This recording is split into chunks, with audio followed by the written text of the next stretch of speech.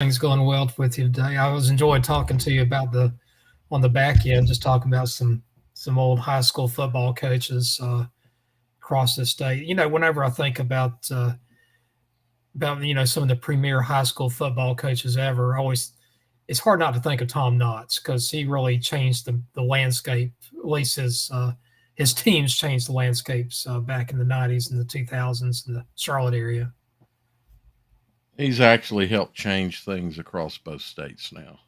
Yeah, Um, while South Carolina has traditionally been pretty good, I think his impact, seen so quickly, made some impact on others in South Carolina in seeing what they had to do with their programs, just like it did here.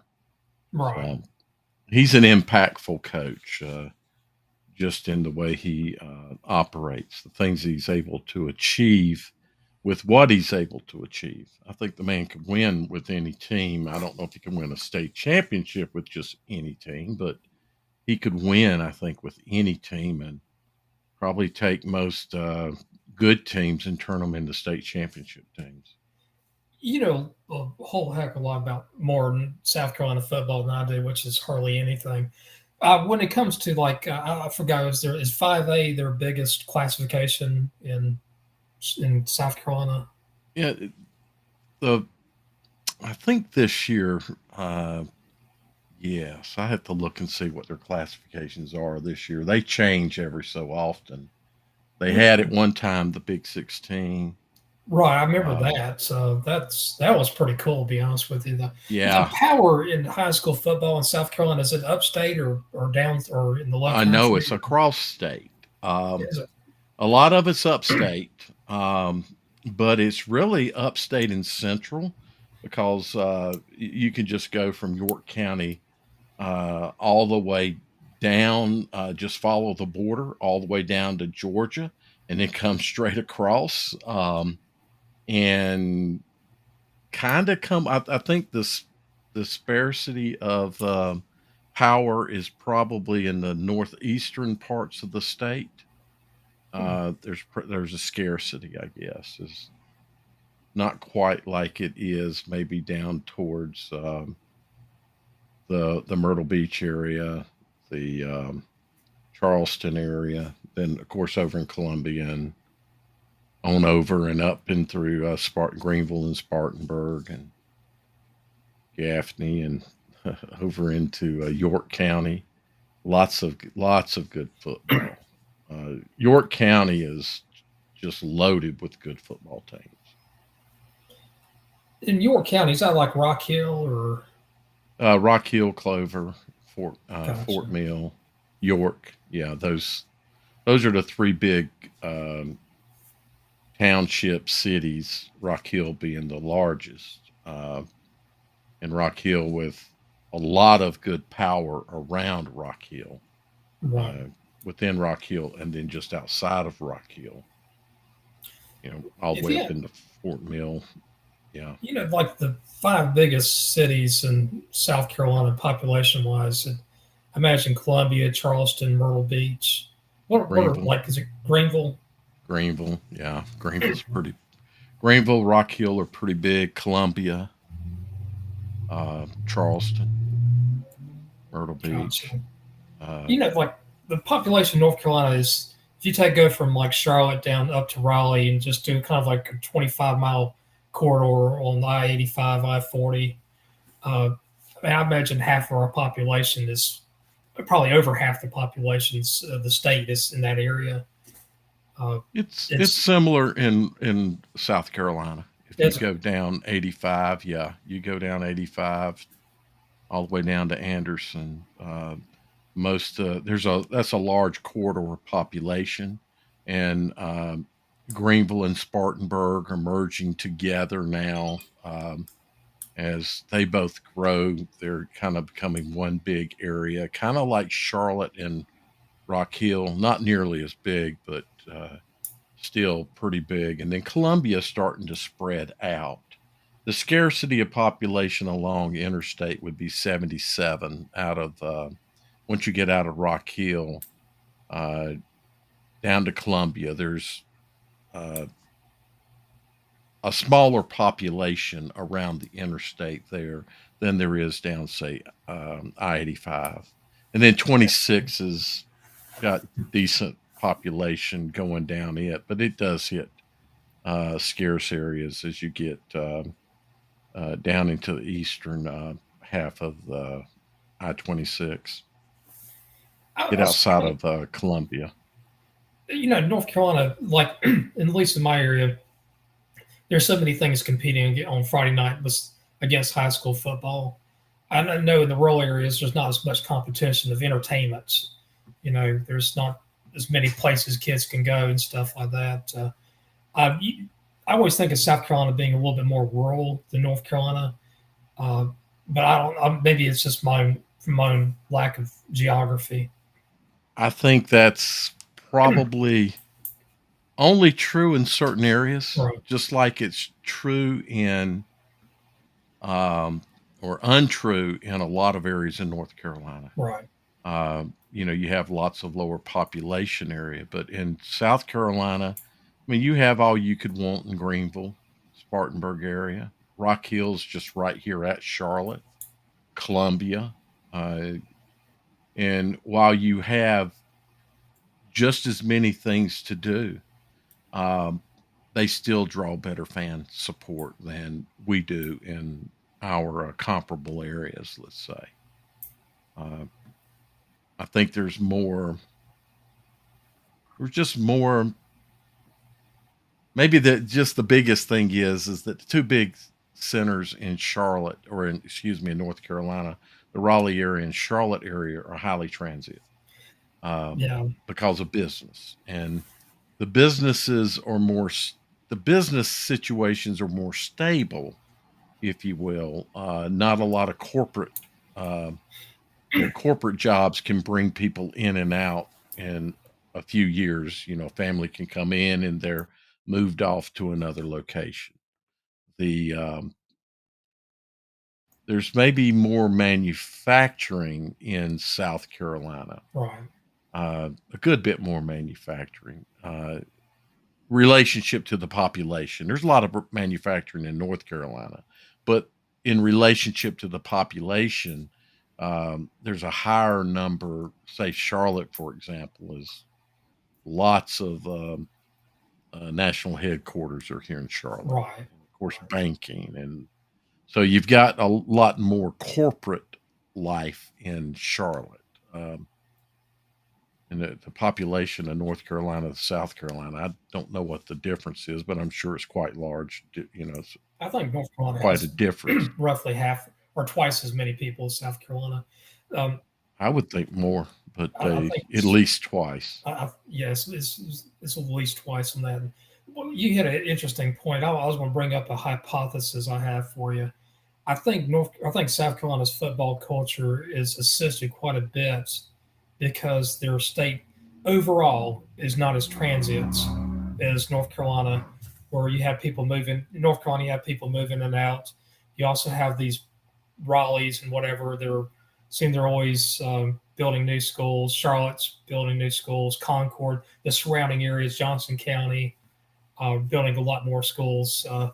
And I think sometimes those rivalries lose a little bit when that happens. And that's one reason I say that I think I'm not going to call South Carolina stagnant because it is a growing state, but it seems like they're maybe a little bit more assisted, kind of like Alabama and Mississippi are pretty stagnant in population. Would you agree with that? Uh, That helps out. Partly, I think if you look at excuse me, if you look at school growth and population growth, though, York County's creating new schools. Right, Uh, Almost not quite the rate of Mecklenburg County, but almost. Um, Maybe more along the lines of a Cabarrus County in creating schools. And both of them are creating, Cabarrus and York County are creating schools because population for Charlotte overflows into right, York County or up into Cabarrus and over into Union and Gaston. The population that um, serves the Charlotte area does spread out quite far now. And thus that's causing school building to take place in other places. Columbia builds new schools too, but not quite at the rate. We talked about this before. I think that's one of the things that hurts with loyalty is having your population split because a new school is being built, and certainly in Mecklenburg County, or let's say the surrounding area of Charlotte and the surrounding area of Raleigh are impacted a lot higher by new school creation. But I think the transient situation of families in and out of the state or within an area just no longer living where they were living, or even within um, a small distance of where they were living, is quite different in North Carolina and South Carolina. I think in North Carolina, it's a lot higher, uh, Right. especially that I-85 corridor of population. Now, I have one other question I was going to ask you. Back in '95, obviously, North Carolina or the Carolinas got the Carolina Panthers. And I believe the first year, Right. did they play in Clemson the first year? Uh, when the Panthers first came in, did they start out with at the Clemson, or they started out playing in South As Carolina? I remember, they did, yes. Okay. As I Uh, recall, that's been so long ago, but yeah, I believe they did, if I remember let me correctly. ask you this though: do you think that the Carolina Panthers had what kind of impact do you think that had on high school football, both in North Carolina and South Carolina? Because I Carolina think Panthers is a brand name. I think the the Panthers themselves has not had they've had some impact, but not a lot of impact. But the players have had impact, because a lot of the players or former players um, do a lot of support for and business with high school athletes in the area. So I think the Panthers' impact has helped improve the talent in the area, especially in the Charlotte region. It's helped increase the population by their contributions to help with training, because you get a lot of former players that have followed the team, or on practice squads, or had some kind of relationship with the team that ended up living here, and they get involved in working with local players. I still remember. Um, uh, I shouldn't say still remember. Many times you will see Panther players on sidelines of high school games. Um, Yeah, it's interesting you say that because I'll give you another example. The where I live is the Carolina Hurricanes, obviously, and mhm. you would not 30 years ago before the Panthers or the Hurricanes came into North Carolina, hockey was not even on the radar for sports. You had Right. football, basketball, probably basketball, football, baseball, and then probably soccer, NASCAR, uh, badminton. I don't care. Hockey was kind of low there because it was kind of considered to be a northern sport, and it really took off here. Obviously, we have a lot of people that have migrated from the north and Mhm. from the Midwest, and even from Canada. They've come down here, and you see a lot of developments now because you see the Hurricane players reaching out. And it's not really with high schools, mind you, but it's with these different youth leagues and helping out, with that. So Yep. I think it probably helps with the development, maybe some with the enthusiasm with these sports. But I'm sure it does. There's a higher interest of hockey uh, across the board in North Carolina now, and right, a higher interest than one might expect from youth about playing.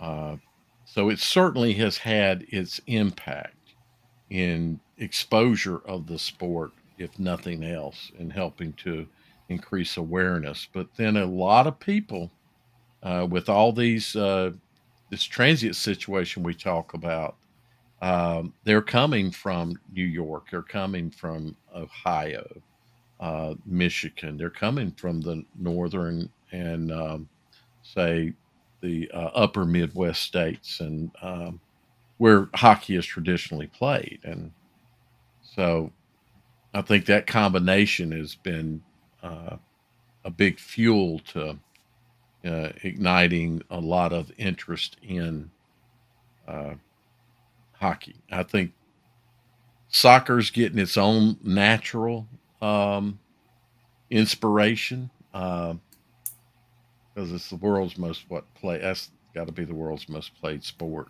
Oh yeah, Um, easily. so it's getting a lot more popular. It just seems like every year its popularity is still increasing, whereas football's popularity is declining, um, or participation is declining. So Yeah, I think with soccer, the roles have pretty much stayed pretty consistent over the years, I and at think least so. from my understanding, with I football, played. basketball, baseball, you see different things, and different emphasis by the refs and Right. umpires and so forth. Well, there's certain emphasis by officials in soccer too, but Right, we've also had impactful changes in things like basketball, such as introduction of shot clock, introduction of the 3 point line, introduction of dunks. All these things occurred in my lifetime. Uh, right. David Thompson couldn't dunk. That's if you right.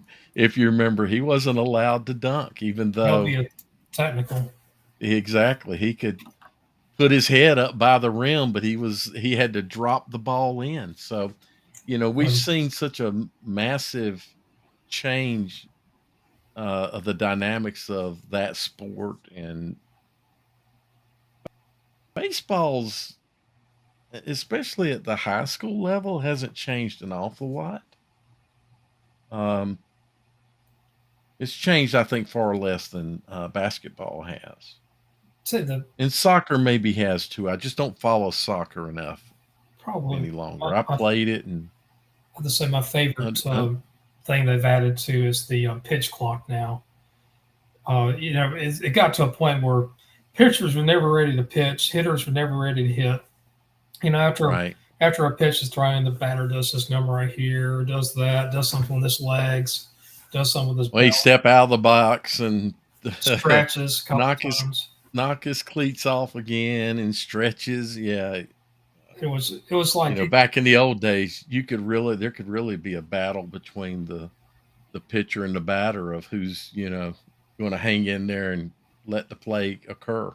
my Mike Hargrove was used to be referred to as the human rain delay, and it used to upset the pitcher so bad they would throw at him at his knee or something. They didn't want to go for his head or anything, but they try to hit him just to prove a point. Don't shut me up like that. And then you had guys like Carlton Oh, Fisk. They always joked around Carlton. It could be a 1-0 game. It would take a 3.5 hours to play because he was so slow. He slowed everybody down. Other opposition yeah, players, they respected him, but couldn't stand being around him, because of that. But anyway, yeah. So sports is definitely the dynamics of everything is changing. I think the big dynamic with football is just the lower participation. right. It seems every year now it seems like there are just a little bit fewer players. Maybe not. It may only be one or two on a team, but over time it's showing up. Um, I some agree. schools are still getting huge participation, but I think most of the schools are not. There's a lot of parents that are not letting their kids play football. A lot of areas don't have like the Pop Warners and stuff like that. Like my area doesn't. There's, I think in Forsyth County, in Guilford County. I think it's the youth football leagues are just kind of gone away. I don't know about Youth football's it's still big here, yeah. and in fact, it's huge in Union County, and has a lot to do with the reason What why teams like Weddington and Marvin Ridge Monroe, have such solid performing football teams right? because they have good youth football. Um,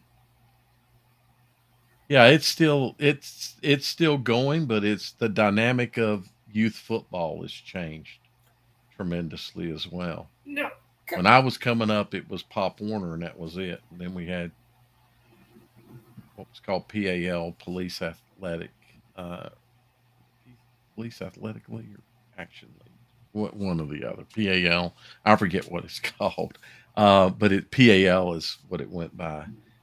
Started competing with, and their restrictions were far more lenient. That's one of the.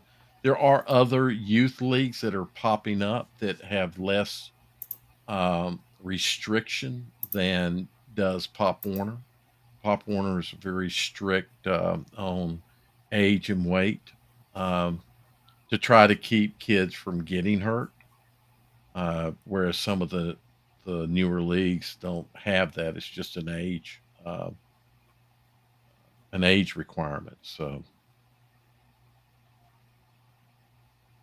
yeah, exactly. I was want to ask you this, and just out of my own curiosity, because you live in the general area, and I grew up on the other side of Charlotte. But why is Cleveland County football so good in a county right next to a Gaston County? It is good, but it's not on the same level as Cleveland. I think of Gaston County, I think of South Point. They're probably the most consistent program. And every so often you'll have Hunter Russ go up and then go down. Ashbrook will go up and down. What makes it Cleveland County so special, in your opinion?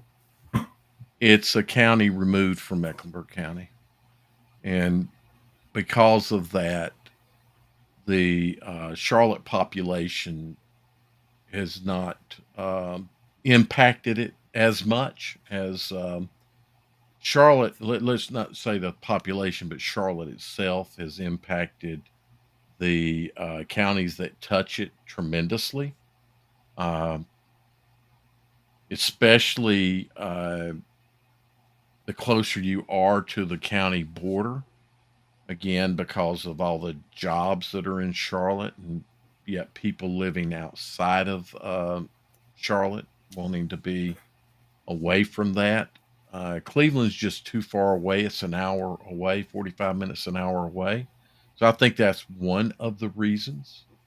And because of that, the business growth there is less, new school creation is less, and families moving in and out is not nearly the same rate that it happens in Gaston County.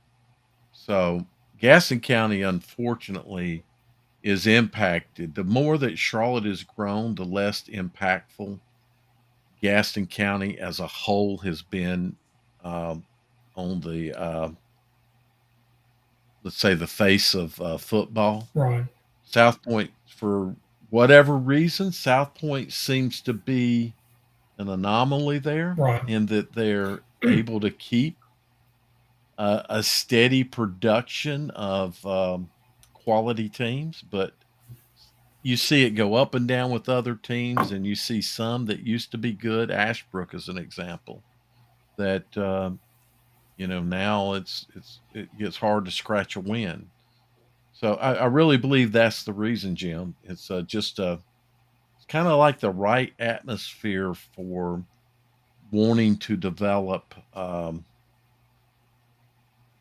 support, because I think that's the biggest thing that makes teams better is having support from the school admin down to the friends of the family of the player that's playing. I mean, it spreads that far. So all the family of the player, and they just get a lot greater support there in Cleveland County. than you do in Gaston County, with the exception of South Point.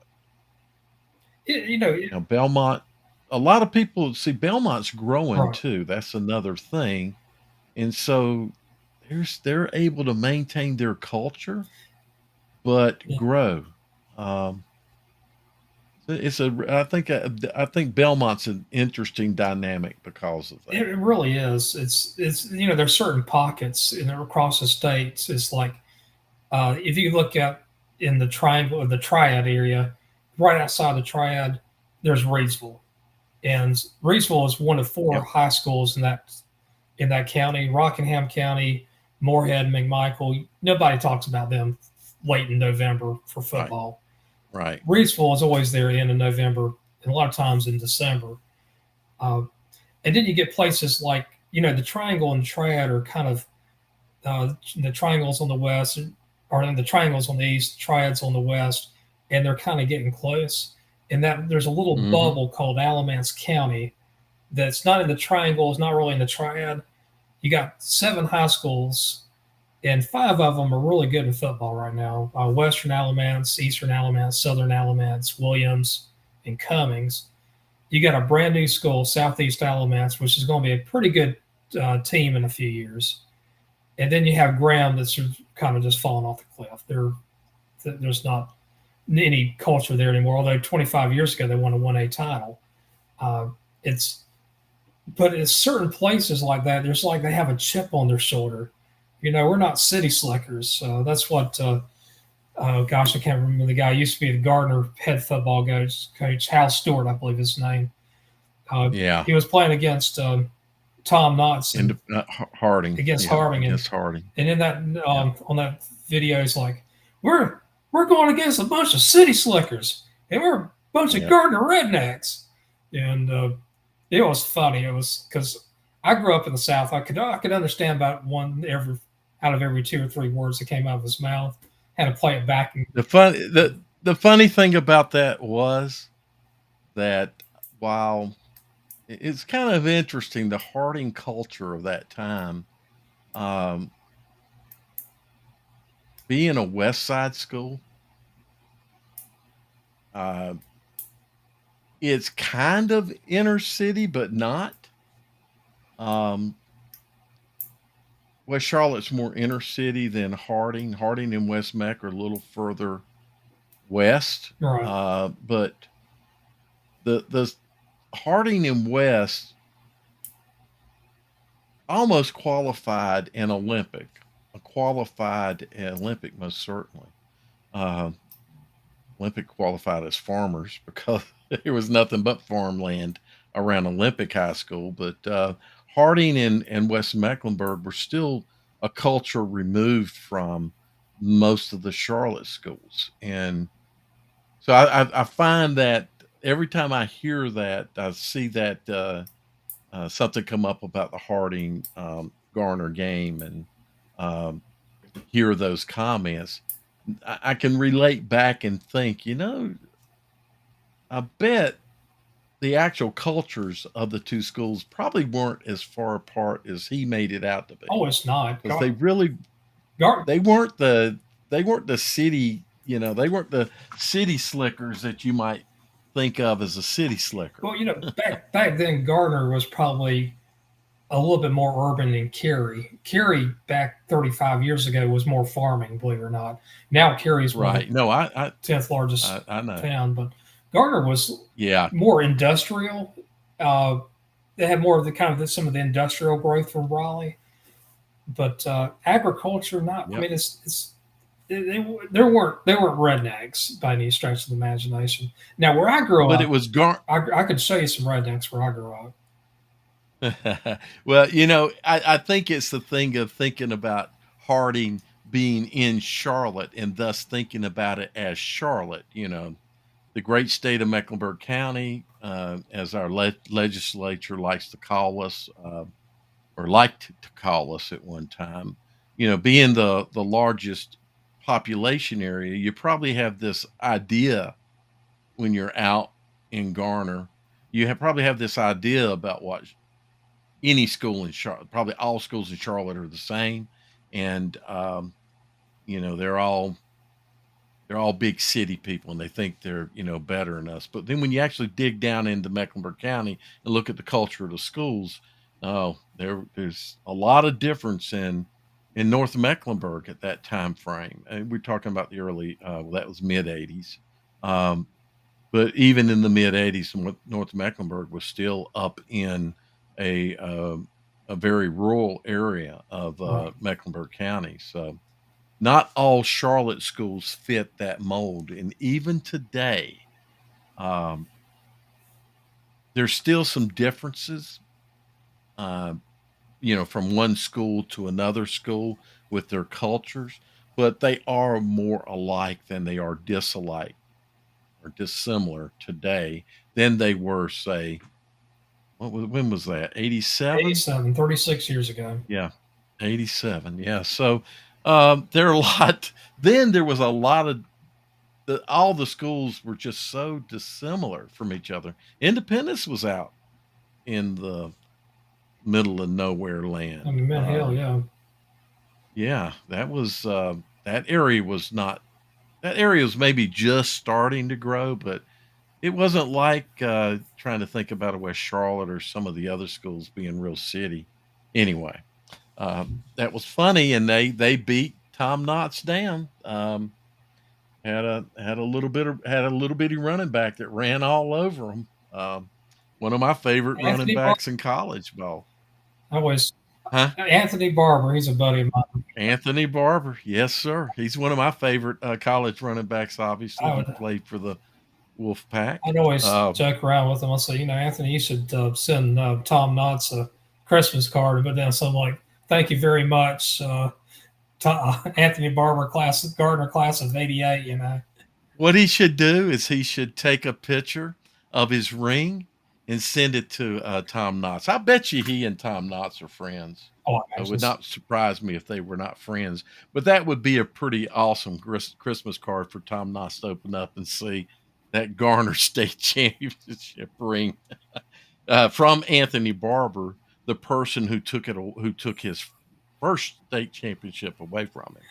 Uh, Um, oh gosh, that's great. Well, I always enjoy talking about that part of it. So, what's on your mind tonight? oh, I don't know. I've been trying to think today. We were talking a little while ago about what we're going to do this weekend. I didn't get to go to a game last week. I was in San Jose. I made arrangements. I left San Jose at. I had to get up at 3:15 a.m. to make my flights and everything, so I could get back into Charlotte at 4. And lo and behold, I had a little problem in Dallas and was not able to get back in time. So uh, it's probably a good thing because I had already made the decision. Had narrowed it down to going to Independence West Charlotte or Providence Day Catholic, and I would have made the most wrong decision because I'd already decided. I'd I had messaged Chad Greer when I was landing in Dallas. I didn't know I was going to have problems, so I messaged him and asked him would he put me on the media list because it was an ESPN carry game, and I thought I was going to be able to make the game, so I'd made that decision, and I would have gone to a blowout game and missed that highly excitable West Charlotte win over Independence. So, no football game for me last week. This week, I think I'm going to go to see Mallard Creek and Gaffney play.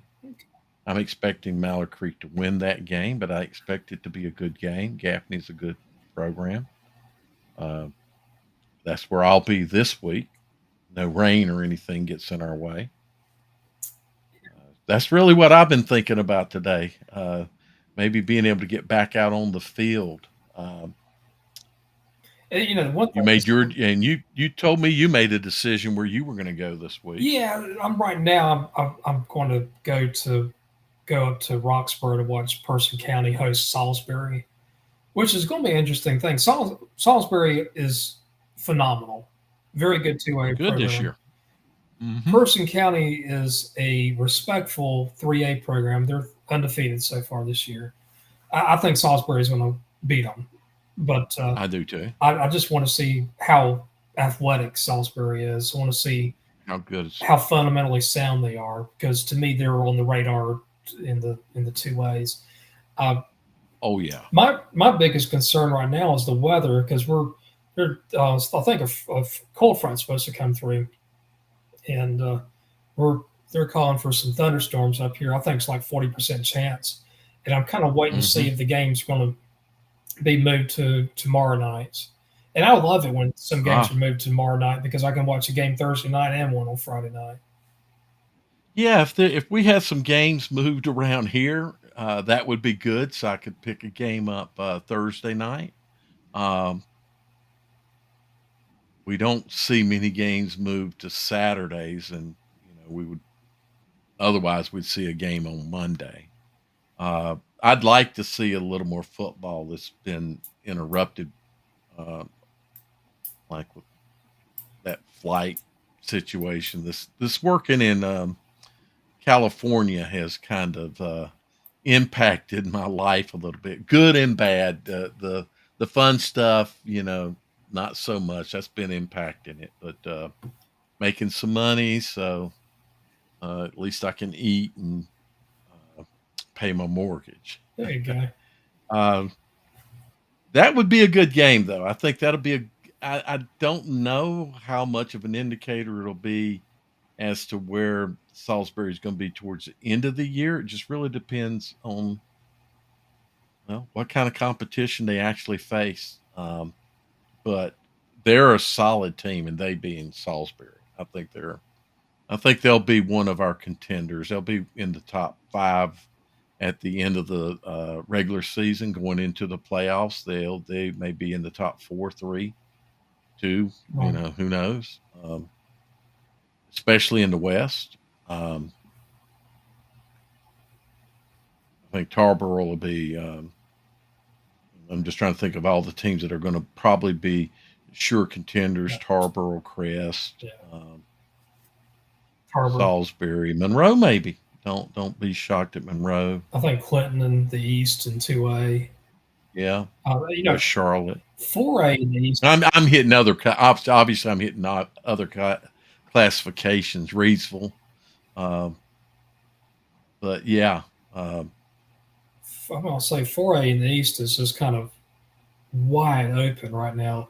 There's not any great teams. I think whoever wins the 4A this year is going to be from the West, but uh huh, there's a lot of solid 4A teams in the East, and it's like you can put 10 or 12 teams together. You take your turns about how you want to rank them from 1 to 12. I think it's going to be that close right now. There's not a team that really stands out. Then you have right. You're some like 1A East, Tarboro, head and shoulders above head and everybody shoulders. else. Yeah, yeah. I think this is just going to be another year for Tarboro. Right. The 4A West that's really going to be tough.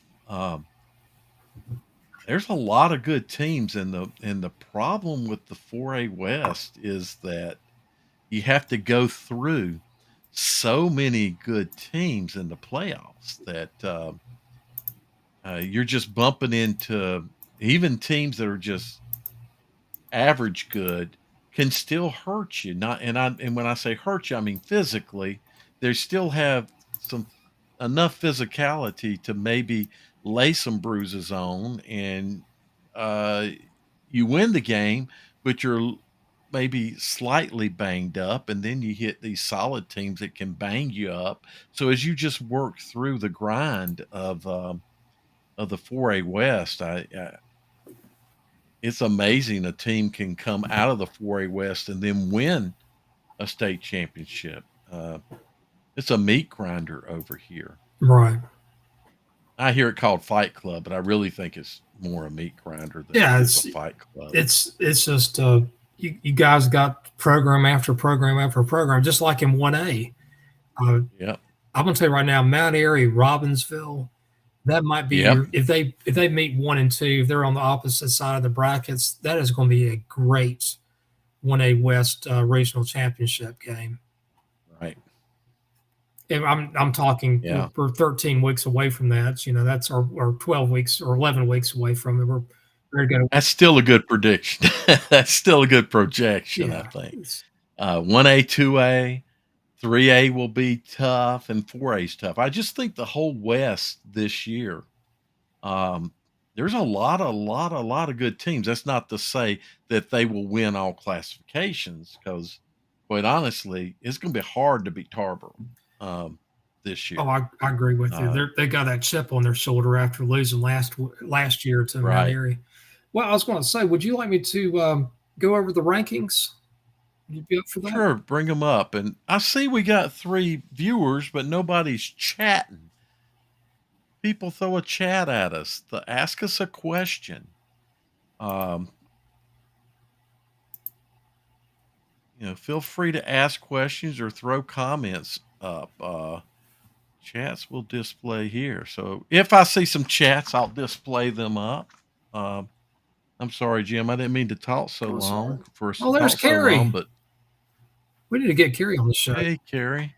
Yeah, Carrie, you need to come back on. I used one of your pictures to and it really struck me because the little kid that's the younger player that's in it. Jim, I don't know if you saw the picture I used for uh, the banner for the Right. announcement of the chat tonight.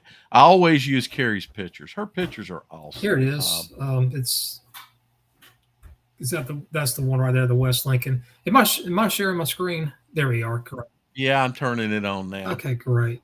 Yeah, it's that picture there. So that little kid, 78. Well, as soon as I saw that picture, I thought, well, first when I saw the picture, I didn't realize that was a trophy. I thought she had caught the ball up in the air, but still, I thought, man, this is an awesome picture. This is high school football right here. Um, and especially that kid trying to do his little, Right.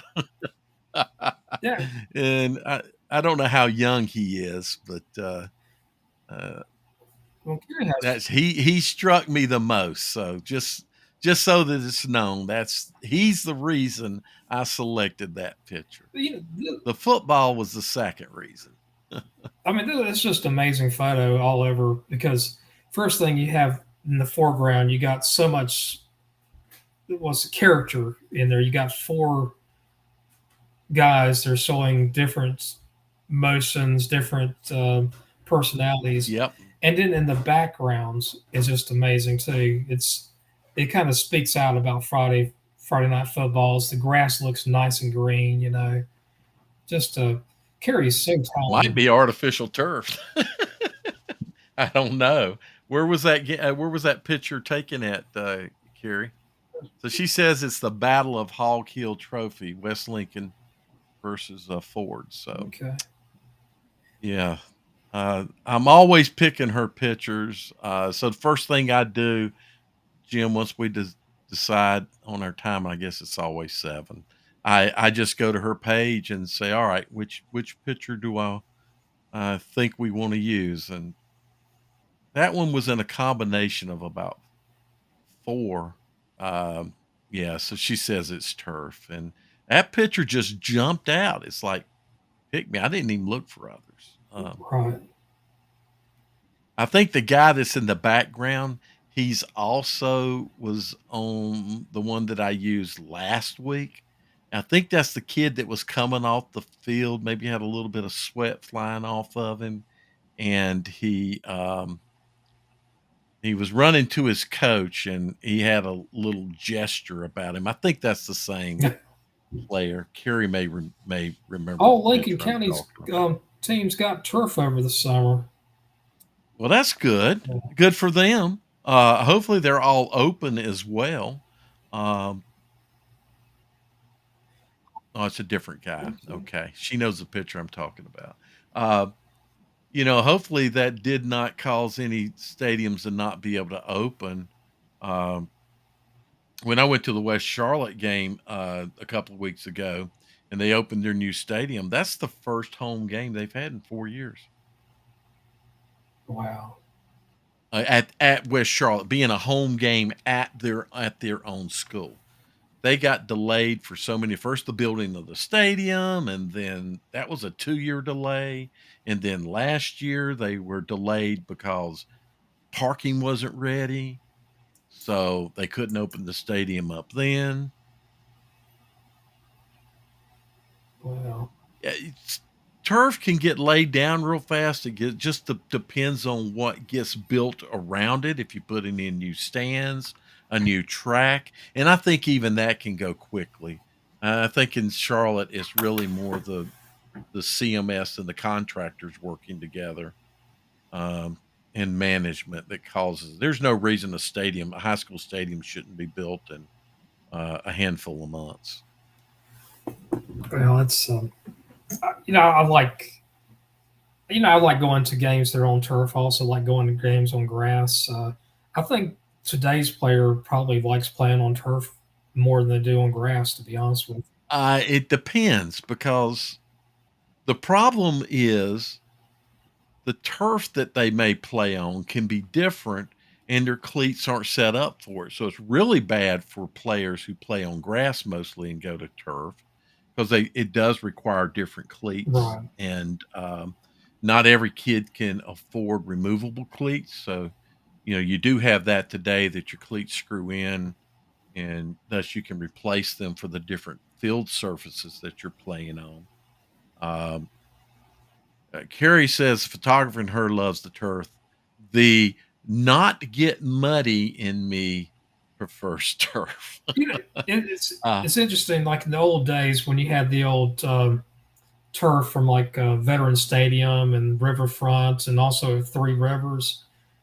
That would have been played in like a little thin layer on top of concrete. So have you ever seen the when it gets really wet and these guys are sliding all over the place, they can't stop. it was more carpet. Yeah. It was more of a carpet, and now it does a decent job of simulating grass, and that I think that's going to get better and better. Um, but yeah, in the old days, it used they would skate. If they got rain on that field, especially if the field was flat and didn't have a crown to it at all, uh, they would skate on that field Would they play on? like Would ice. they play in like some type of sneakers on that field with?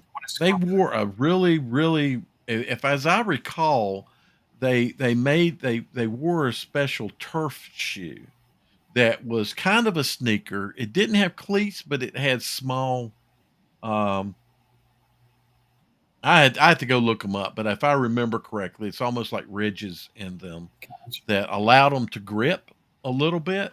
Uh, and that combination also led to a lot of knee injuries because when the field was dry, you you didn't have as much give as you have right now.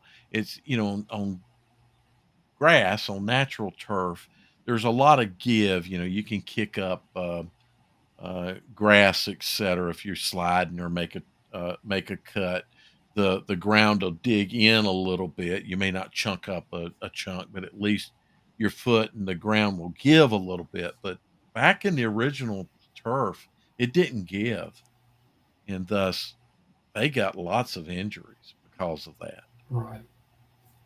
Um, if you can maintain turf like the Panthers or NC State, man, of course they have an agriculture school. They should. They used to maintain just one of the best grass fields you could ever hop on, but I remember back turf in is overall I better. remember back in '95 that grass field. It was I think it was Bermuda, and we had a cold snap right after Thanksgiving, right after Thanksgiving. And Carolina State were playing the last game of the season. It was the I think Friday or Saturday after Thanksgiving. That whole field was just brown, and Yeah. that was that was a beautiful field. I like Carter Finley, so Yeah. Unfortunately, it takes them what they would have to do, and the Panthers have to do this too, is they will roll out and repair they'll start working on the field after the game. right, So that say Monday, they're rolling back out any new grass that they need to, et cetera. And they were doing that at Carter Finley as well. But it took, if I remember correctly, it was about a week they needed, in between. I remember the game you're talking about. yeah, Um, that grass died it was still, as I remember the stories, it was still okay the weekend before the game. right, But during the week, it started, the impact was so great. That's when that color started changing, and it died very quickly. right. Oh yeah. So I got the rankings up. I thought we'd start with the 1A East, and I'll just I'll give you my thoughts here. I think number one is Tarboro, and 2 through 8 are just fighting for the chance to play against Tarboro in the 1A West regional final. Do you agree? Or 1A East regional final? Do you agree with Yeah, because that? I believe I believe there's a real gap there. Um, I agree with that. Yeah, I just don't. I think you can toss them and toss them and toss them, and my belief is, come the end of the season, no one will ever move up to number one over Tarboro. Right.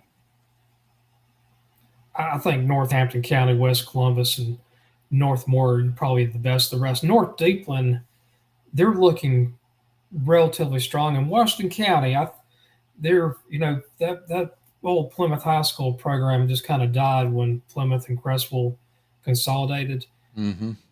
They have made some improvements, but I think there's another gap between probably North Deepland and Washington County. To be honest, well, no, North Deepland only beat Northside Pinetown by 1 point, so I won't say the drop off probably goes from um, I think Northampton, West Columbus, and Northmore in the second tier, and everybody else just the best of the rest. Now moving to the 1A West, Dale, this whole thing is loaded, and there are some teams on here, or some teams I didn't That are report not on here that could be. Yeah. could be on there exactly. Yeah. I mean, for the Smoky Mountain Conference, you got Robbinsville at 2, you got uh, Swain at 6, and Murphy at 7. I don't have Andrews ranked on there. You could throw them on there. I don't have Mountain Island Charter on here. You could throw them on there. I don't have Mountain Heritage reported.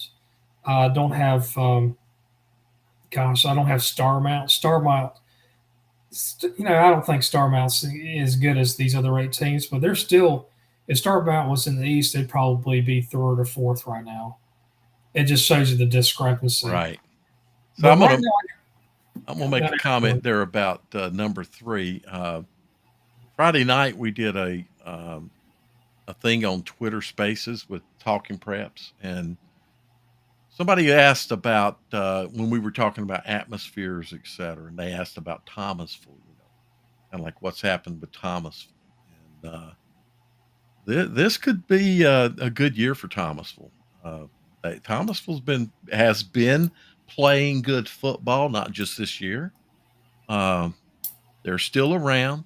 The thing that's kind of sad to me is that we don't see an Albemarle in this mix, because I always liked watching Albemarle and Thomasville go after it.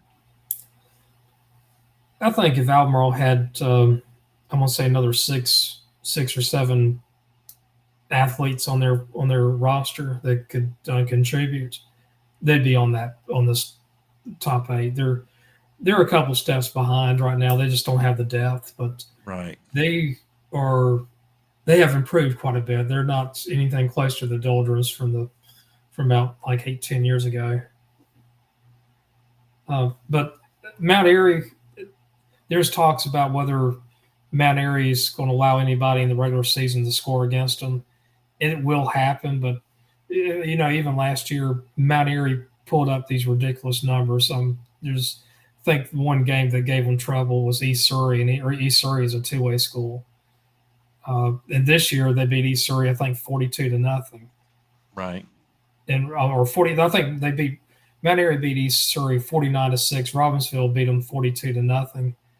Uh, I got these two 1 and 2. You can interchange them, but to me, Mount Airy's gets the nod just because of to be the best. You got to beat the best. Wait for Robbinsville to knock them off. Got to give a shout out to Drawn. They lost to East or to Hunter Huss. Hunter Huss is the 3A school. Drawn's a 1A school, and I don't care how good your 1A school is. If you play a good 3A school, you're going to more chance than not you're going to be the underdog. And anyway, Drawn came short on that game. I think we lost 37-14, Mm-hmm. but they're still mentioned. They should be mentioned out there. So I didn't realize that Mount Airy has outscored. I knew they were score. Nobody has scored on them, but they've scored 163 points in 3 games. they got their foot on the accelerator. Another team I don't have up here is North Rowan. North Rowan is Mhm. they could easily be up here. 6, 7, 8. I'm not exactly sure how good Murphy is this year, but Murphy is Murphy. They got smoked by an out of state school. I think the second week of the season, but I'm keeping them in there just for good measure. Now going to the 2A East. I Uh, was looking at the 2A East is yeah. go ahead. No, no, go ahead. Okay. Let's move on. With, with 2A East, I really like Clinton right now. Clinton earlier on the season beat Wallace Rose Hill 58-22, and that really impressed me because Wallace Rose Hill is now 0-3. Uh, I think the first week they lost to Havelock 27-24. No shame in Right. losing Havelock. And then the second week they got blown out by Clinton. This last week they played Hoggard, and or not was it Hoggard or Laney? I think it was Hoggard, and Hoggard beat them 28-19. And Hoggard is a very good or pretty good 4A program. Wallace Rose Hill might be 0-3, but I'm still keeping them in the Elite Eight. So I think they were going to make some noise the rest of the season. Right now, Clinton is to me is the number one, but Whiteville, Holmes, right under there, and then East Duplin, Hereford, Princeton, Northeastern, Wallace Rose Hill, they're all good. James Keenan, I did have them in the top eight, Elite Eights, and I don't have them anymore. They lost a pretty ugly game to forgot who. I think they lost to Whiteville. Whiteville smoked them out pretty bad. The East, 2A East, has got some powers. Any thoughts on that one? No, I'm okay with it. I'm going to be watching Hertford County, Okay. seeing what they Yeah, make. Hereford County, they can put up some points. Now, going to the West in the 2A West, really the top five programs to me are the dominant programs. I could make an argument of any of those of probably could make an argument of Burns being number one because they're 1 and 2, but Monroe, Salisbury, Forest Hills, Raceville, you could bet any one of those at number one right now. I could even you could semi make an argument for Burns though too. It's all I about your mean, competition. they Um, lost to Crest and Kings Mountain, who are two of the best teams, two of the best five teams probably in the 3As.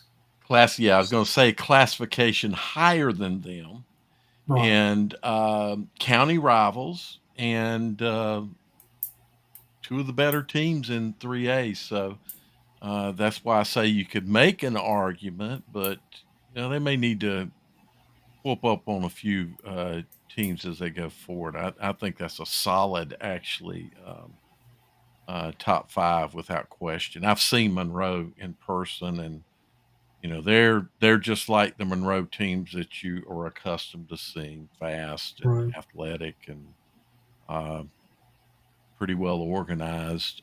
Good football team. I look for them to make noise, but Reesville's right now still, I think, a little bit ahead of everybody. Right. It didn't like from 6 to 8. Uh, Bunker Hill is hard not to ignore them. I actually might move Chase above Bunker Hill, to be honest with you. I think Chase is, they're not quite as good as they are last year. Bunker Hill's a little bit better, but Chase might be better. And then number 8, this is the one I think a lot of people underestimated at the beginning of the season is West Lincoln. Uh, I, I don't, I would say it's I really, did. I would not have. I wouldn't have put them there at the beginning of the season. So they may be doing a little sneaking, just like their cross county rival seems to be doing. back in the day when they had the 2A District 7, also was 3A District 7, you had your West Lincolns, you had your East Lincolns, you had Gamewell, Colettville, you had oh gosh, all the Bunker Hills and St. Stevens and the Fred T. Fords, all those together, Bandy's, Maiden, all those programs were together. West Lincoln, of all those, may have had the weakest history from like 1960 to about mid 2000s. But I'm gonna say in the last, especially in the last 5 or 6, 7 years, West Lincoln has really shown that they have developed a program. They got a kind of a brand right now, and I thought this was going to be kind of maybe a little bit of a down year, but they're kind of showing that ability to not rebuild but to reload things that Right. you see in programs like Maiden. And I think West Lincoln's really special. I have them number 8 right now. I thought beginning of the season I thought maybe fourth or fifth in that conference. Mm-hmm. I probably had Maiden 1, Bunker Hill 2, Lincolnton 3, maybe Bandy's 4, and then West Lincoln 5. I know some people were picking West Lincoln to finish last in their conference. I never did, but they're a lot better than I expected. So I, keep an eye out for West Lincoln.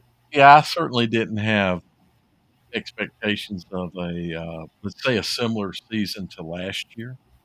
Um, Right. I didn't have those kind of expectations. Let me see. I'm just looking real quickly to see what their um, upcoming schedule looks like. What da, da, da. Um, well, they'll be facing Maiden in 2 weeks. Right, 2 weeks. Yep, And we'll get to see how good 2 games. both teams are. Yep. Now with the 3A East, I'm gonna tell you right now, I think 71st has some separation from the rest of the pack, Mm-hmm. and Havelock, Northern Nash, North Brunswick, Scotland. I might have Scotland ranked too low, to be honest with you. They might actually be better. Kerry, that's a very good observation. I think that is going to be a good match. Mm-hmm. And then from like 6 through 8, Cape Fear, Southern Nash, Eastern Alamance. There's some other teams you can throw in there. The 3A East is actually pretty loaded, to be honest with you. Uh, you know, there are certain teams like in Nash County. You got 4 high schools in Nash County. You got Southern Nash, Northern Nash. Both of those are 3A schools. You got Nash Central, which is a 2A school. Nash Central could possibly be in the top 8 in the East. And then you have Rocky Mount. And you remember about 8, 10 years ago, Rocky Mount went to the state championship back to back. Yep. And then now they probably have probably of the 4 schools are probably struggling the most right now. Yeah. Oh, It's interesting. I, Still a good program though. I hate to say crash, but certainly not where they Not certainly not at the levels they had achieved. Right. So Rocky Mount, I hate that my favorite barbecue places no longer exist. there's a good Very barbecue place over near Bailey, over near Southern Nash. I forgot what that place is called now. It was a little hole in the wall right. places. You can you go on the road and you're just looking for something to eat. You go in some place that Mm-hmm. just got a window that probably leaks air in the winter like crazy. Go in and it's got the best food. So got to give a shout out to all Well, even that food. even my more favorite, probably my favorite of all time, down in Wilson, which is just you know south of Rocky Mount. Right. We're losing to good barbecue places, folks. This place was a Simps was one of the places. Mine was Bill Ellis's. Who else is Uh, okay? I mean, everybody yeah. talks about Parker's barbecue. It's good. Well, Parker's is the other very good one. Yeah. Um, I like Bill Ellis better because they're not only you got a buffet, but not only could you get pulled pork, you could pull your pork. You walk around behind the main buffet line, and back there lays a pig out, flattened out there for you to pick whichever meat you wanted. You want some rib meat, you want some butt, you want some whatever you want. Don't get that anymore. Anyway, Gotcha. Bill Ellis, famous chicken and barbecue. Actually, had very good chicken as well. Mm, Uh, very good fried chicken. Parker's is now the only barbecue place I think in Wilson. There may be another, but Parker's is the other real famous one. right.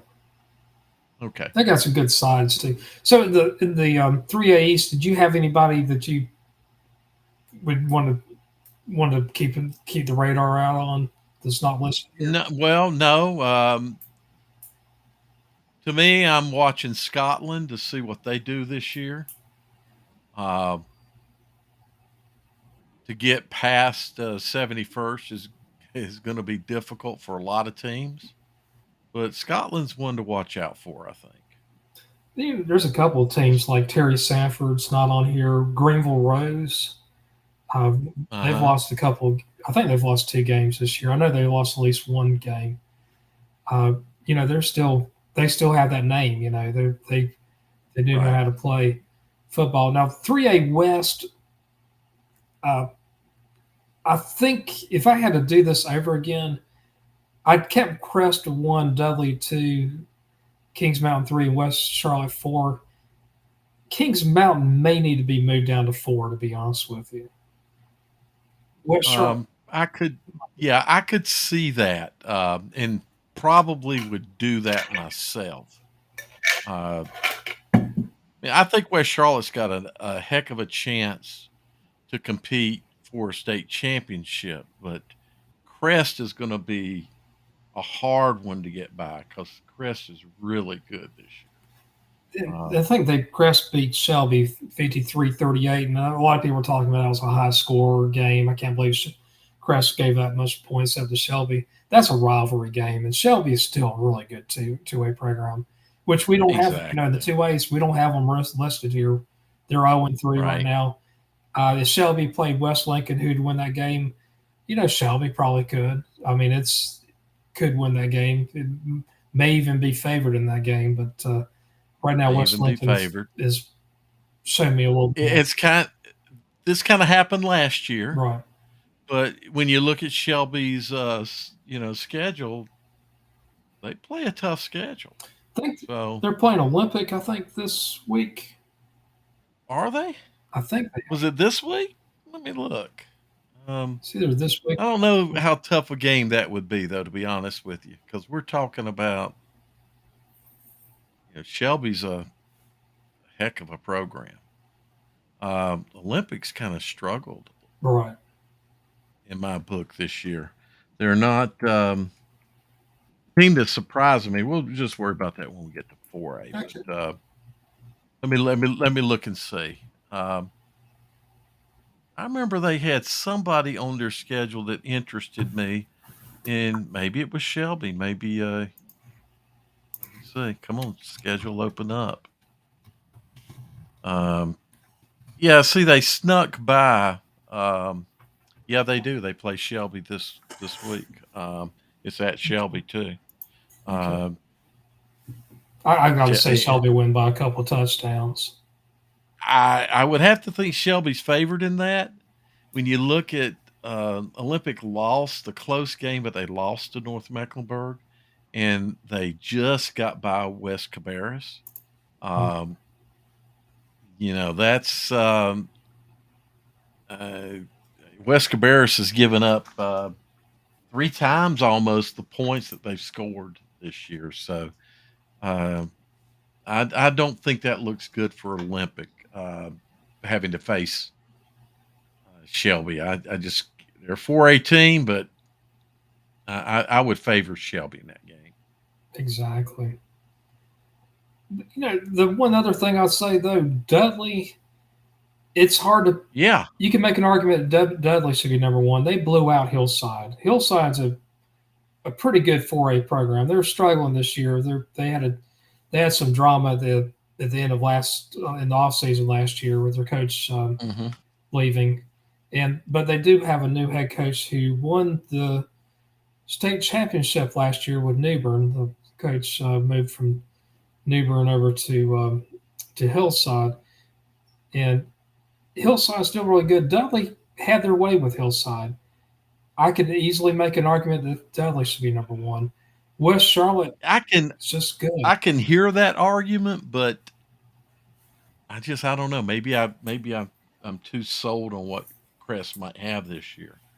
I think I could make more of an argument for West Charlotte than Dudley, but uh, I just can't put anybody above Crest right now. Personally, I could move West Charlotte up to number three, um, and then we'll see after they play Malley Creek next week um, where they go to. J.M. Robinson, that is a team Yeah, that I would keep my eyes out on. you know. And I forgot who they played last year or last week. Was it Concord that they beat? Let's see, J.M. Robinson. I think they beat bad, Or it was, big, big time. it was like I 40 to know nothing they. or something. Yeah, they beat Yeah, Concord they. at Yeah, it was Concord. a pretty. Which was. I didn't think that Concord would win. I thought Concord. So I had picked in the pick'ems the week before. I picked Mount Pleasant over Concord, and so I thought, well, maybe Concord might give Robinson somewhat of a game. And then when I saw the scores, it was like, wow. Um, so JMR might be a team to contend with. They're But sneaky. getting above the ones that are above them is going to be tough. I really do believe those. I just don't know about Kings Mountain right now, Jim. If Kings Mountain is a 3 team or a 4 team, um, I feel okay with them being at third or fourth right now. But is that really where they're going to be at the end of the year? I don't know yet. It, South Point might move up that ladder a little bit. right. Um, No, with J.M. Robinson last year, they were a 2A team. They actually petitioned the NCHSAA to move up to 3A. Think about it, if they were a 2A in the 2A West right now, they'd yeah, be part of that top 4 or 5. They'd be a top 6. Uh, I'd say yeah, they'd be in the top six. Yeah. it'd be easy. And Um, we got them fifth in the 3A. So, yeah. South Point, they're good. They lost to had a respectful loss to a good Charlotte Christian team. Yeah, don't discount that. Now that Charlotte Christian team's going down to Georgia this week. They got a big is this school they're playing Covenant Day or something like that. Right. They're playing a I think they're the number 30. Of course, it's Max Preps rankings, but still, it gives you a good idea of where they sit in Georgia, and I think they are ranked like 36th in Georgia. That's a good football team. That means they're a good football team. There's a lot of good football teams in Georgia. Oh, Anyway, Charlotte Christian, you watch. They're going to give. I believe they can give Providence Day a game. They're not going to beat Providence Day, but I say that they beat them last year. yeah. Um, Did they split last year like 1-1 in the they regular season? split. They did. Yeah, they split. So South Point, they're up there. I still have East Lincoln. I know Alan Drum and I believe Shane told me that they're not as high on East Lincoln. They struggled against Lincolnton, and I've taken that into consideration on that. They will find out how good East Lincoln is this week when they play Hickory, and I think that's where they're playing. Let me go to the schedules here. Yeah, I'm gonna look here myself. I I say watch them sneak their way up, and we'll call it a sneak. But That was in they 2 weeks, have John. outscored their opponents a little over 5-1, right about not quite 6-1 in points. So They've Hickory, won 2 games on the road. I mean, you got to obviously look and see who they've beaten, but I think kind of like last year. Let's watch and see what happens. You can't you can't discount in county schools, in yeah, county rivalries, right? So I agree with you you on can that. always get snuck up on, but they do play Hickory and they play Statesville, and Statesville should have beaten Lake Norman, I think, because I picked them. But I think those, the next 2 weeks could tell us a lot about ultimately what kind of football team East Lincoln's got. And Yeah. they do have a bye this week, so they're playing Hickory on the 15th. Yep. I really want to see that. That's going to be a good game. It is Hickory. We'll see well on that. Right now, I'll with Yep. my judgment on that. I want to see a little bit more about Hickory. Your I pick know is that Hickory okay has though. Joe Glasses. Yeah, I'm cool with where you got them ranked. And number 8, I have Eastern Guilford, and Eastern Guilford is a team that's just knows how to win. They blew out a Williams team 39-14 a few weeks ago, and that really shocked me. Let's go to East Lincoln here. East or not East Lincoln, but East Guilford, Eastern Guilford. Let me go to that. Let's see here. I don't want to go Thursday. I want to go to Friday. Let's see here. That's right. I don't have any games on. Most of Guilford County doesn't have any games this weekend. Really? Yeah, it's like just about every one of their teams are on by because I like going between Raleigh and Greensboro. Let's see Most of here. well, CMS the following week will be playing games on Thursday nights, just in case people have got a school they might like to watch play in Mecklenburg County. CMS will be playing on Thursday night because of Rosh Hashanah. Sorry, Jewish people. I don't. Let's see here. Let's see if I can find. Here's Eastern Guilford. See, Eastern Guilford beat Northern Guilford 39-11 earlier on this season, and I just thought, well, Northern must be down. Then they beat Williams 39-14. I'm like, okay.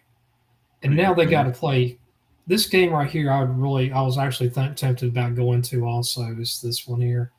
I think Eastern Guilford to win this game, but we shall see on that. We shall see. So that's my West. There's some teams out here. Obviously, I left out. AC Reynolds not on here. AC Reynolds will be back up later on this season. They've just played a AC brutal Reynolds has played a tremendously difficult schedule. without some key personnel. They're out with Right. their stud running back. So I mean, they step in each season. They step in to it pretty quickly into the tough. So yeah, watch them sneak up a little bit too. oh, easily. And the thing about it is they'll get probably a couple home games in the playoffs, and it's Hmm. hard to go out to Fairview and win those games. And that's a wonderful place to watch a football game. I agree with that. I've enjoyed my time in Rocket Stadium. Well, not for the. I've been there as a fan and not the result, but I certainly enjoy and have enjoyed the environment there. You know what? I was going to go back to another team that's in the 4A East. See if I can find this real quick.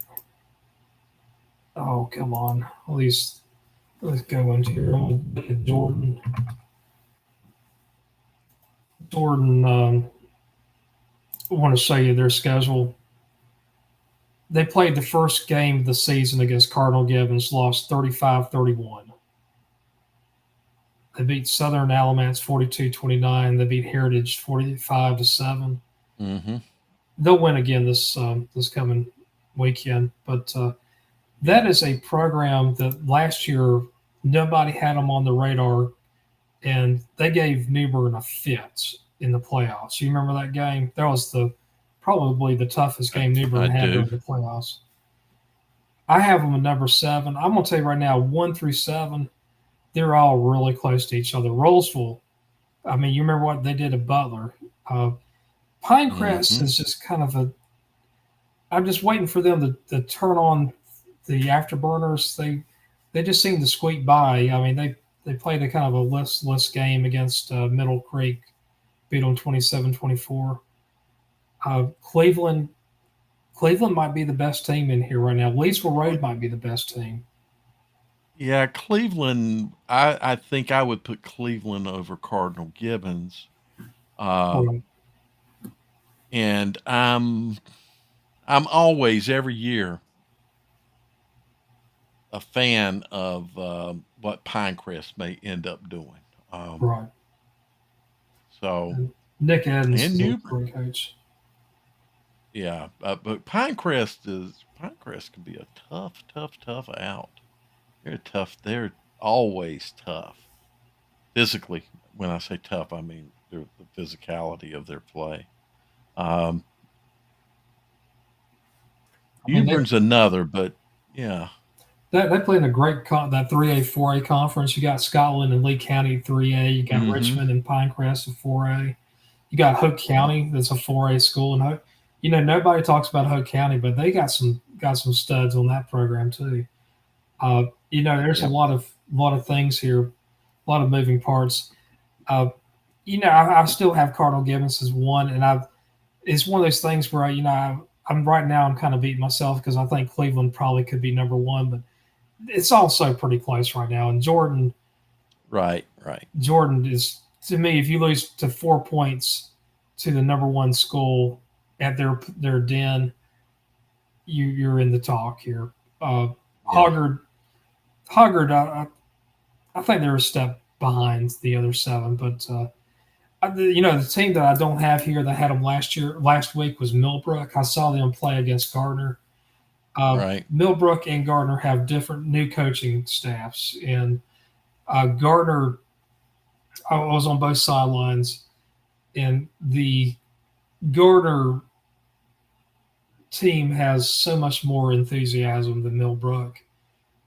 At the same time, you look at them, size side by side, seeing them run, seeing how strong they are. Hmm. Millbrook is bigger, they're stronger. Athletically, they're probably fairly close. But I can tell you one thing: if I'd rather be hit by a Millbrook player than I would a Gardner player, because the Gardner player, there's a certain certain chip on his shoulder compared to Millbrook. And if those two teams played on in a very neutral setting, I think Millbrook could win by three touchdowns at least. And this last week, Gardner beat them 33-28. So Right. and the other thing is talking about rivalry game, Gardner and Millbrook. That goes back to the '60s. Actually, goes back even before that. Believe it or not, those are two fierce rivals. So you think Right. right now, if you had to pick up there, you like Cleveland over Cardinal, maybe Pinecrest up there also. Maybe by a little bit, yeah. But Gotcha. I can't argue hard against what you have there. So Now the 4A West, um, I think Grimsley, Weddington, and Mallow Creek are your top three teams, and I don't know if it's in that order. um, I don't know that it's in that order either.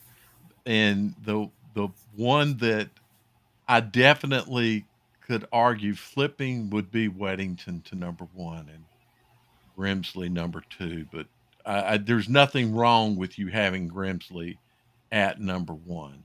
Um, Mallard Creek, we'll see. Um, I think they solidly they're they're right. You've got them, I think, correct where you should have them. Um, can they move up is the question, and I think it's going to be about what they can do with their offense. Um, And East Forsyth, Butler, uh, you know, I like Butler quite a bit. They had to go up to Rollsville. They lost, I think, 19-14 or something really close like that. And then they right. had a huge win. I think they went out of state and won last week. And I like them quite a bit. Huff, Huff is a Jekyll and Hyde team. They had a pretty good win New last year. coach. Yeah, So they're a new coach this year. So that's one thing that you got to get that under the belt and out of the way. Him having things go his way. Um, but they're still, I think, a top 10 team in the state of North Carolina, and that's all classifications. I don't see a problem with having them ranked where you have them ranked right now. I do think they've got a few things to prove. right. It's going to be interesting when they get into conference play because that's a tough conference. And I know some people are going to be surprised I have Catholic number seven. Losing to Providence State of 42-6 is not a shame. I think, I, I'm sure, I think, absolutely could not no because they just generated no offense, no right. offense. Um,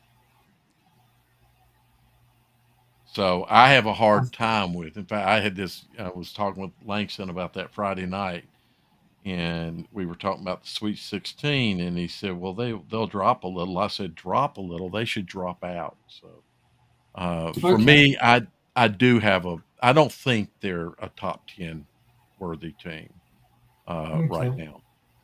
That just you got to score more offense. You got to have.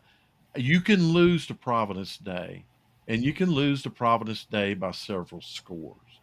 But how they lost to Was it that Providence bad? Day, yeah, just no offense, and they apparently can't throw the ball, which is not good, and they can't run the ball. Of course, if you can't throw the ball, the other team can gear against your run even more, and thus they weren't even able to run the ball. So that's my problem with them being in the top eight. I mean, honestly, that's the one I would argue with that you have here, Okay. and I did. I just did. Yeah, that's cool. I appreciate it. And I was arguing. I agree with you on that because I'm arguing with that too. I didn't know the specifics about the office part, but uh, I Marvin I Riggs. understand. Yeah, see, I can understand the it's not, one of the comments has been made. See, I think Providence Day could possibly go undefeated if they were playing in the 4A comp in a 4A conference, but having to play 4A schools every week and going through the grind of the playoffs, Providence Day doesn't have a lot of depth. I think you pair them in any game, you pick any team in the state and just do a one-on-one game, they're favored to win that game every time. And would probably win that game every time. Um, that said, you still should be able to put up a better fight than what Catholic did. Right. Uh, there may be things that we don't know or I don't know about what put Catholic in that situation. Maybe they were missing some players. I have no idea. I just know that their performance was very, very bad. Um, and I'm not trying to take anything away from Providence State because they're extremely good football. Oh yeah, I totally agree with you that. So I have Marvin Ridge at 8, and I think they're a team that's just kind of under the radar. I think you can make an argument about Porter Ridge, to be honest with you. Um, Definitely Marvin Ridge. Um, Porter Ridge might take a little more of an argument, but yeah, I think Porter Ridge is maybe somewhere in the top 15 in the state. Marvin Ridge, I tell people if you want to see a ball game, Weddington Marvin Ridge is going to be a heck of a ball game when those two teams play. Uh, Big rivals, two good football teams. Weddington's should be significantly better, but they're probably not going to be more than two touchdown better, and probably that game will be around a touchdown. Wouldn't surprise me. I'll tell you the team that I'm looking at right now, and I'll share it with you, is Mooresville. Yeah, Mooresville's looking better this year than I don't know. Beat Are a, they? beat a good Davy team. Reagan is a good. They don't have the record Yeah. to prove it, but they have a good team. And then, I mean, West Rowan, I don't know exactly what's going on there. Oh, they just slammed West Rowan. Yeah, that's a The rivalry only game, thing about West Rowan is that is a rival game. right? But I don't know what's up with West Rowan. That is a huge rival game between the two, but it was not a football game. Looking at It was just a slaughter. West Rowan, Davie County beat them 60-28. A.R. Brown beat them 38-27. Sorry, K-Town people, I don't have you in the even as a consideration. No, they're not a consideration. So Mooresville is a team that I was looking at. Porter Ridge was another one. Let's pull up Porter Yep. Ridge's. See here, Porter Ridge. They beat Hickory Ridge. I don't know how good. Beginning of the season, Hickory Ridge is having a bad season, so that's just the only thing I can say about that. Is they have not the season has not gone well for them. right now though the problem with Porter Ridge is they haven't had a strong schedule. We got Rocky River, South Iredell. South Iredell is really struggling these days. Yeah, so is Rocky River. So is Rocky Rocky River's River. not. Yeah, a 46-0 win is what you would have expected, and Right. maybe more. Uh, the only thing about Hickory Ridge may be getting better, but they've been giving up a lot of points, and you Again, almost would have. So I don't know. I mean, the 48. the win by Porter Ridge is a good win over Hickory Ridge. Right. Um, That was that was a team I was looking at. Other one is Lake Norman. yeah, so Lake Norman, a little surprising for me, them beating Statesville. That was 2 weeks ago. Um, I don't think the Asheville score was too big of a Oh, surprise. Asheville's horrible this year. Yeah, so that's not too big of a surprise. They kind of played North Mecklenburg close, and I don't know. Maybe I'm not giving North Mech enough credit, but I just don't see that as one of the them as one of the power teams in Charlotte. Is We'll Eric still see. the Is he the coach there, Eric Norman? No, He's no, gone. yeah. Where's Eric these days? West Cabarrus? Is Oh, that that's where he's right. at? That's right. He moved over there. Yeah, I think it's West Cabarrus. I like him a Um, lot. so I don't know. Lake Norman's got They don't have enough resume at this point. yeah, we got to see. Scroll down and let me see what they're because Marvin Ridge. I picked Marvin Ridge in that game. I think that's going to be a tough game for them. They play that game close.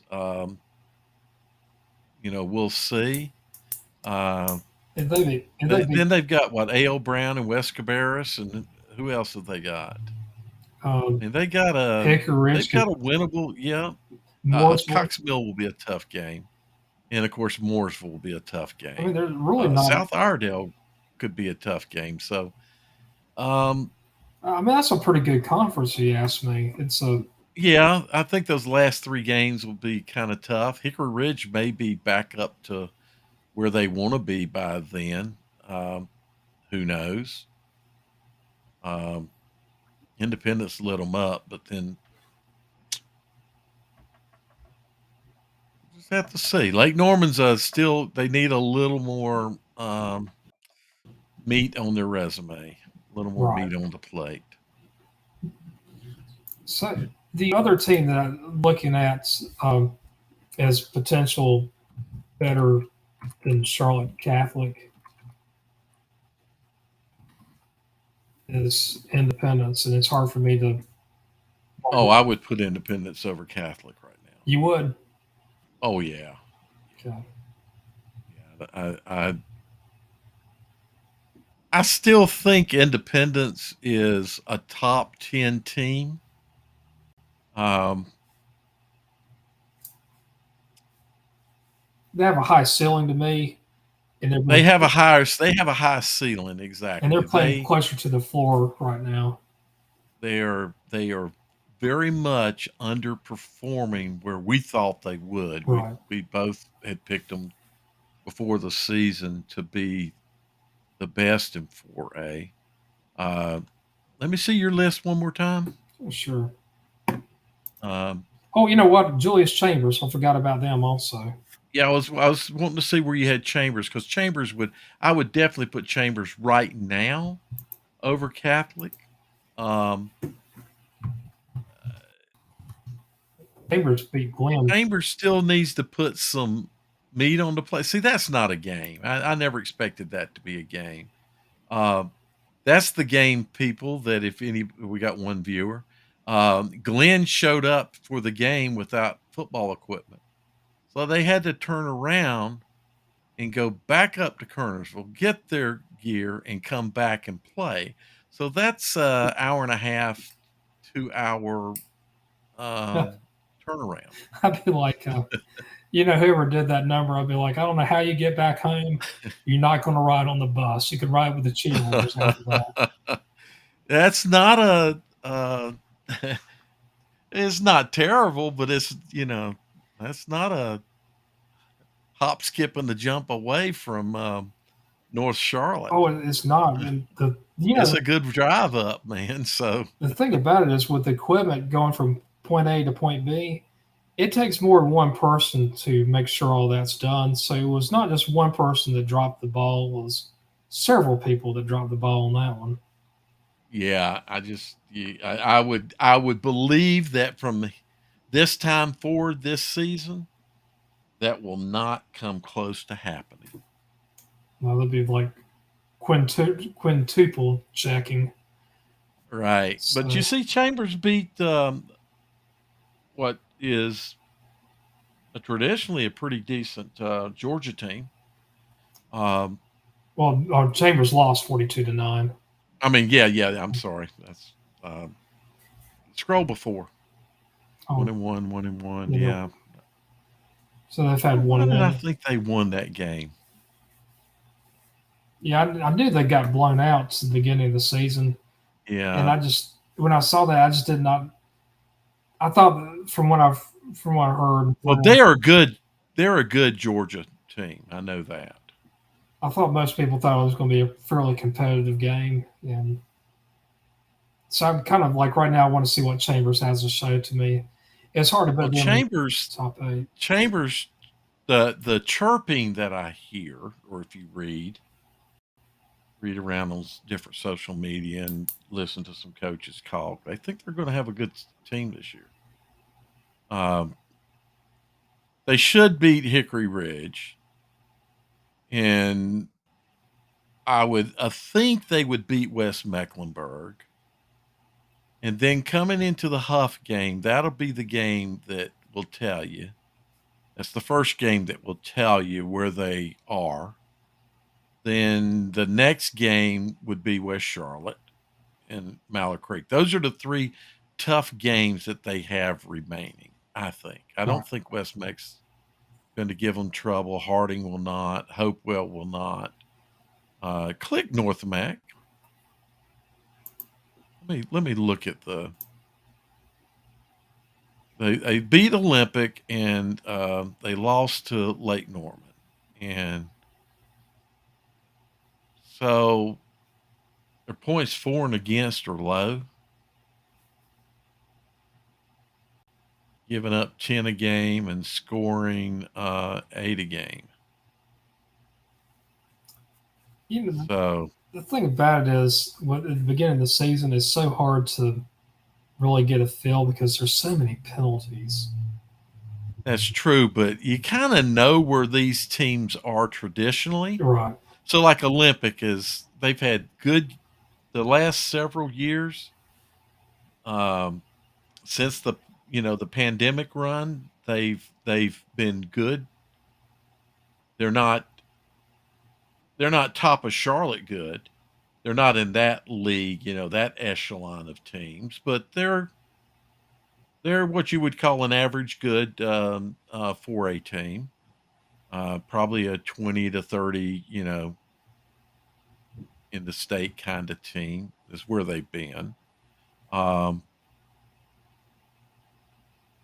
and Lake Norman is traditionally a pretty solid ball team. So I don't know. It's Olympic just struggling with West Cabarrus really kind of told me something that kind of says maybe North Mech's not going to be a problem either. So Um, I'm gonna look at the 4A rankings by Max Preps, and this stuff is not what I'd call. There's some bias in there based on last year's numbers. no, that's kind of maybe by now it's pretty much getting washed out. It's Uh, starting to they bleed out they a little bit. um, They got this is all really based on this year's scores. right. The way their algorithm goes, they do it based on scores. But scroll back up. Let me see where. So the key thing to look at is that power ranking number. Right. When you look at this to see what the numbers have told you. Um, but then you can see their Rollsville sitting there at 10, which is that's fairly respectable. Rollsville, Newbern. Like number. I had Cardinal Gibbons at number one. That's just up there. Right. I think Pinecrest, and I don't even know where they might not even be in the. They're not even the top 25 in the 4A here. Had them like at number three. I had Cleveland at number two, and Cleveland's at 19 in the over this. So obviously, I have different ideas than the algorithm, but And you see what's happened with their uh, you can see what's happened from week to week with strength. right, How much they dropped based on their previous. So look at there. See, Independence is down at 16. See, you got Holly Springs at 15, and Holly Springs is up there, but I don't think I'd put them up there. I wouldn't put Millbrook even close right now. Um, Cleveland's definitely good. See, the algorithm somewhat like Porter Ridge. I mean, this is 21st would be like in the top 12 or so in the West. So they like Yeah, Porter Ridge is a they're a potential team that could sneak up into the top 10. Um, they have Watauga here at number 14. I want to look at Watauga because well, it's one of those schools part I of it's look over. 115 to 39, and then you have to look at who they played and who they played, who they played, and who they played, and the scores. That's how this all washes out. So it takes 3 to 5 games for this particular algorithm to really weigh out. They've got AC Reynolds. I pick AC Reynolds in that game. Um, I'm gonna go with Watauga just because I think AC Reynolds is still a little bit banged up. look at AC Reynolds. Let's Look see. at their schedule. I think they beat Shelby, and then they lost to East So Forsyth and there's West Forsyth. mm-hmm, But at least in eight the to East is seven, 20. 8 to 7, Yeah, and 27-21. I don't. should be a good game because look at that. Every one of those games was decided by one score, one way or the Yeah. other. Well, go up and look at the top at what the for and against is. Dead even. Yeah, So they've given up as many as they've scored. They play, but each one of those three teams are good right. teams. So, um, and some might argue some of them are great teams, but definitely their last two games have been actually West Forsyth's not looking bad this year either. No, Um, so I don't know. Maybe I give too much to AC Reynolds. I just kind of think if you look at Watauga's schedule, go look at their oh schedule yeah, again they're now. weak. Their schedule's weak. Yeah. I mean, So TC Robertson, Nope. Avery County, which is a 1A yeah, school, 55 to the 6. Maiden is the maybe the one, and I don't know what Maiden's record is right now, but that's the one respectable I think they're 2-1 if I remember, or one and win. one. Yeah, they're Maidens. They beat Fred T. Ford, which doesn't really Yeah. say anything about them yet. Watauga they lost. Um, So I just don't know. yeah, I that's I think their one kind of win that you could say, okay, well that's a good win. Um, see what TC Roberson did. TC Roberson's I may two be and one. wrong, They beat East and Rutherford 56. East Rutherford's a team that program a few years ago didn't even have a varsity program, and then they beat Smoky Mountain. I mean, Smoky Mountain's a pretty right, decent program, but right, no, I'll say right here, there's no quality win with TC Roberson. right. So, And the only quality win for Watauga might be the maiden game. so I think Um, I'm going to look at North Davison. North Davison's just fallen off the cliff. They're 0-3. yeah, North Davidson's one of those places that could used to be a tough team. Oh yes, they were good in 4A, and they had that they went all the way down to 2A when Oak Grove came in, and now they're 3A. Mm-hmm. They get running clocked by Salisbury, get shut out by Northwest Guilford's, and they lose to Davie County 32-3. They haven't found the grid or haven't found the end zone yet. So they've gotten one field goal, and they're playing Walkertown. And Walkertown's not a bad 2A program, or in the past they haven't been. This year they've beat Atkins, lost to Salisbury, got blown out by Salisbury, and got blown out by Forest Hills. Most teams that are 2A are going to get blown out by Salisbury and blown out by Forest Hills. So Right. not that long ago, Atkins used to have a decent program. But anyway, So I don't know. You may be right. Watauga may take it, but right now I'm picking that's ACR. cool. We'll see. We'll see how it happens. What happens Friday night? Um, Here's three. Look at this: the 3A Crest, Kings Mountain, Dudley. And you were talking about. Let's see. I think you said you had Crest 1, Dudley 2, maybe Kings Mountain 3. I mean, that's pretty. no, I would put West Charlotte 3 and Kings Mountain 4. Okay, West Charlotte Um, here. 71st. I, this is not far off of what all we're talking about. Oh, look at this. I got Eastern Um, Guilford at 7. That's great. I mean, that's. I'm glad that was. I thought highly of Eastern Guilford too. What surprised me, I thought 71st would be higher Northern Nash. I guess it's because 71st has only played 2 games. There's not enough. well, you see, they're really close in power rankings, Right, so need a few more games to maybe show. That's enough that you can see a lot of shift because it's still early in the season. right. Um, And that's a good win right there, Rose. The other I two think so. two games, Wilson is they're not bad. Let's see what 71st has done this year. Beat Richmond, beat Pine Forest. Those are two decent teams. Well, let's look at Richmond. We don't. I guess I don't know. Richmond's not. They're having another um, year. Look at this one right here. They got to They go to Myers Park. Who wins that? I'm they're gonna take playing Richmond. They're playing Myers Park, and Myers Park is 0-3.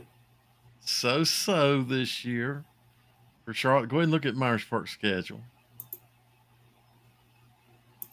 and you can see what Richmond's going to be facing. Well, you So know they what? So how also many? Those are not. Look at that. They lost by 3, lost by 3, and they lost by 1. right. So they're not. Um, Myers Park might win that game. I my money would be on Myers Park.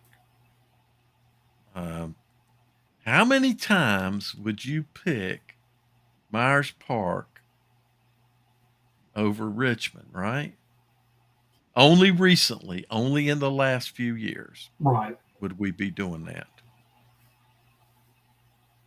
Myers Park was known as having a good but not a great football team, and Richmond was like the gold standard for so many years.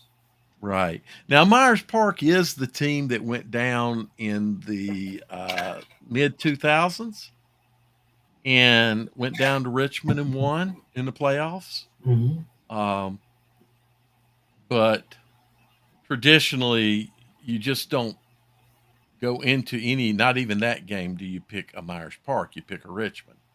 Um, Myers Park just happened to pull off a great win. Now, uh, you're going to pick a Myers Park over a Richmond. You're going to pick an Independence, a Butler, Right. a Mallard Creek, a Huff. You're going to pick all the really good teams in Charlotte. You're going to pick, and you're going to pick middle of the road Charlotte teams to give them a game. That's a shame. I'm looking at Because Richmond. football is good when I said last week football is good when Mallard Creek's good.